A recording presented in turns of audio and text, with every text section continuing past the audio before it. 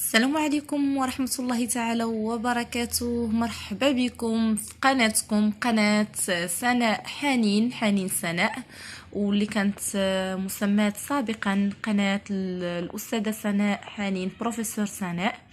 اذا غبرت عليكم حبابي وخوتي وصحابي، ولكن ان شاء الله بعد كل هاد الغيبه غيكون فيديوهات ان شاء الله احسن من الاول، علاش لا.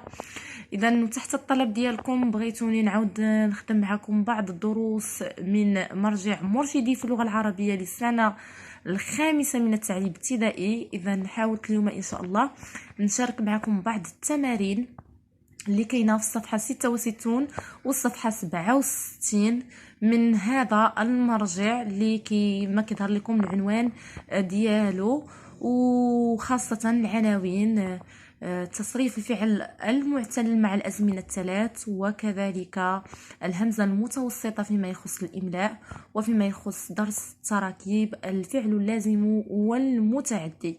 إذا نتذكر بعجالة ما معنى تصريف الفعل المعتل. إذا الفعل المعتل كنعرفوا بأنه هو عبارة عن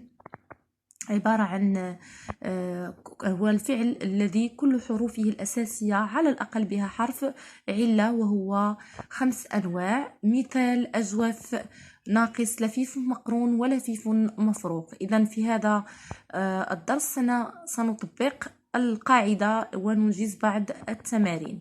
بالنسبة للفعل اللازم والمتعدي، كما تعرفنا في القاعدة على أن الفعل اللازم هو الذي يلازم فاعله ولا يتعدى إلى مفعول به، والفعل المتعدي هو الذي لا يلازم فاعله ويتعدى إلى نصب مفعول به. أما الهمزة المتوسطة فقلنا ننظر إلى حركتها وحركة الحرف الذي سبقها ونكتبها على أقوى حركة، وكذلك سنشتغل على النص التالي. إذا هذا هو النص الذي سنشتغل عليه من مرجع مرشدي في اللغة العربية في الصفحة 66 وكذلك الصفحة 67. إذا بالنسبة للتمارين، هذه التمارين اللي غادا نجزو، غنحاولوا أننا ما غتلقاوش جميع الضمائر هنايا، حيت حاولت شاركت معكم التمارين اللي درتهم في القسم مع التلاميذ.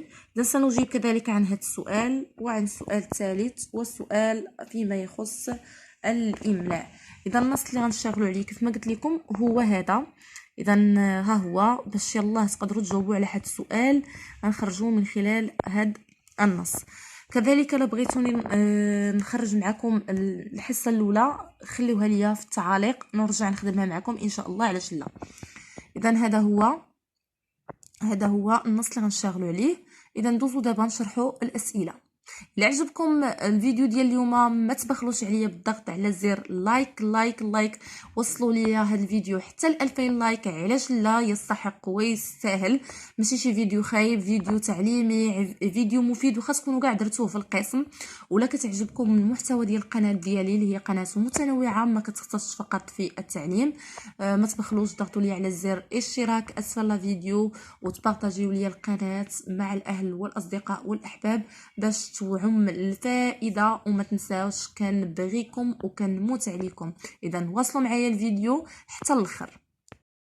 إذا بالنسبة للسؤال الأول هو: أحول الجملة الآتية إلى الضمائر التالية: أنا طفل من حقي أن أنمو وأعيش مع ضمير نحن وضمير هي.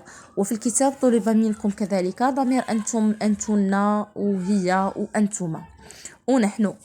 إذا بالنسبة للسؤال الثاني: أكمل الجدول بأفعال من النص كما في المثال: ألعب، لعب، صحيح، سالم. إذا هنا السؤال الأول والسؤال الثاني يشمل درس تصريف الفعل المعتل في الأزمنة الثلاث. بالنسبة للسؤال الأول جد بسيط، هو فقط تحويل الجملة إلى مع ضمير نحن وضمير هي.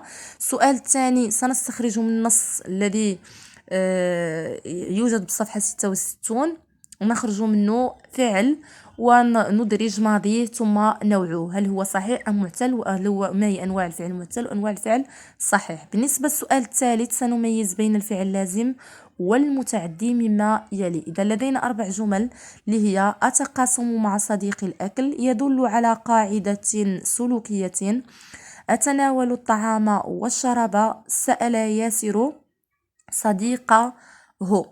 إذا هنا سنستخرج الفعل من كل جملة وسندرجه في خانتها المناسبة. إذ كان لازم سندرجه في خانة الفعل اللازم، إذ كان فعلا متعديا سندرجه في خانة الفعل المتعدي. وهناك كذلك جمل أخرى توجد في الكتاب صفحة 67 كذلك بسيطة وسهلة. السؤال الرابع هو الإعراب. تعرفت حقوق طفل. والسؤال الأخير أملأ الفراغ بالهمزة المناسبة.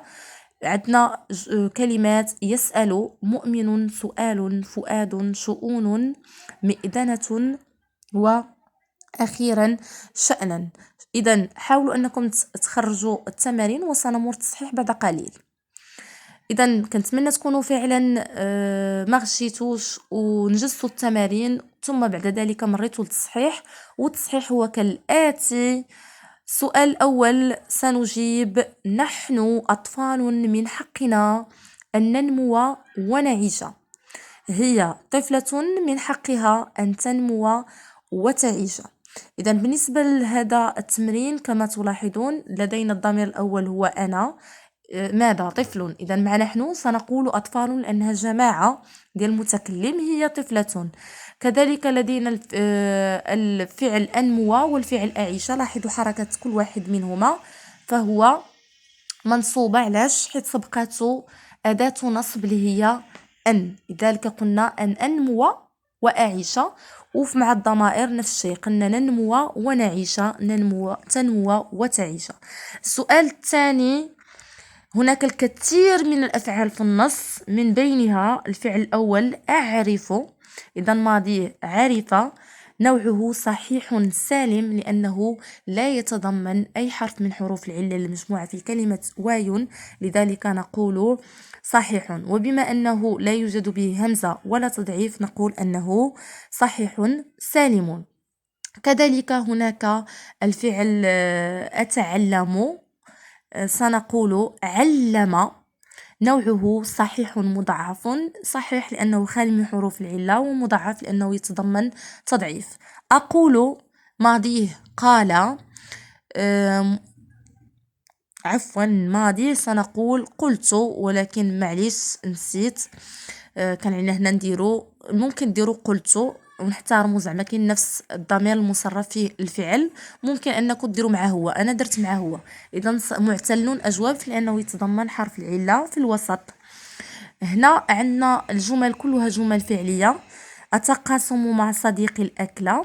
اذا هنا اتقاسم فعل متعدي. يدل هنا فعل لازم. لماذا؟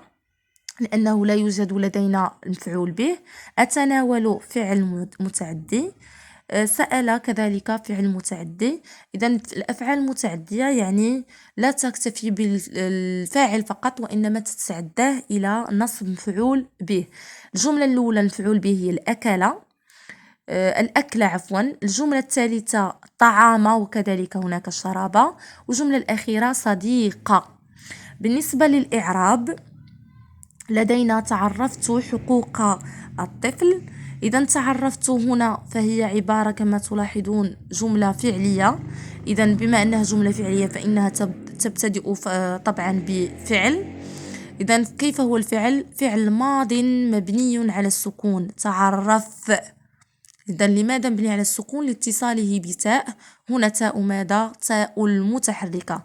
إذا والتاء المتحركة هنا خصنا حد ألف لام ما رديتش البال لها. والتاء المتحركة ضمير متصل في محل رفع فاعل. في محل رفع فاعل عفوا، ولا نقول فاعله. حقوق مفعول به منصوب وعلامة نصبه الفتحة الظاهرة على آخره وهو مضاف. طفلي مضاف إليه مجرور وعلامة جره الكسرة الظاهرة على آخره. إذا كيف ما كتعرفوا كلمة حقوق عندنا اسم نكرة أضفنا لها الاسم الطفل لكي تصبح معرفة. وهنا نقول المضاف زعما هنا معرفة بالإضافة، يعني معرف بالإضافة. بالنسبة للسؤال الأخير وهو الهمزة، دائما ننظر إلى حركة الهمزة وحركة الحرف الذي سبقها. يسأل ستكتب الهمزة على الألف. لماذا؟ لأن الفتحة أقوى من السكون، لذلك تكتب على الألف. مؤمن لأن هنا ستكتب على الواو، لأن الضمة أقوى من السكون. سؤال ستكتب على الواو لأن الضمة كذلك أقوى من الفتحة. فؤاد نفس الشيء. وشؤون لأن الضمة أوسط الحركات. مئذنة لأن الكسرة أقوى من السكون. وأخيرا شأن لأن الفتحة أقوى من السكون ستكتب على الألف. إذا هنا أقوى الحركات هي الكسرة، أوسطها الضمة، وآخر يعني أضعفها هي الفتحة. إذا كانت الكسرة تكتب على الياء، إذا كانت الضمة تكتب على الواو، وإذا كانت الفتحة تكتب على الالف. اذا كان هذا هو فيديو ديال اليوم، كنتمنى يا ربي ينال الاعجاب ديالكم، ولا عجبكم ما تبخلوش بالضغط على زر لايك وتشاركوا في القناه وتبارطاجيو مع الاهل والاصدقاء. كنموت عليكم وكنبغيكم.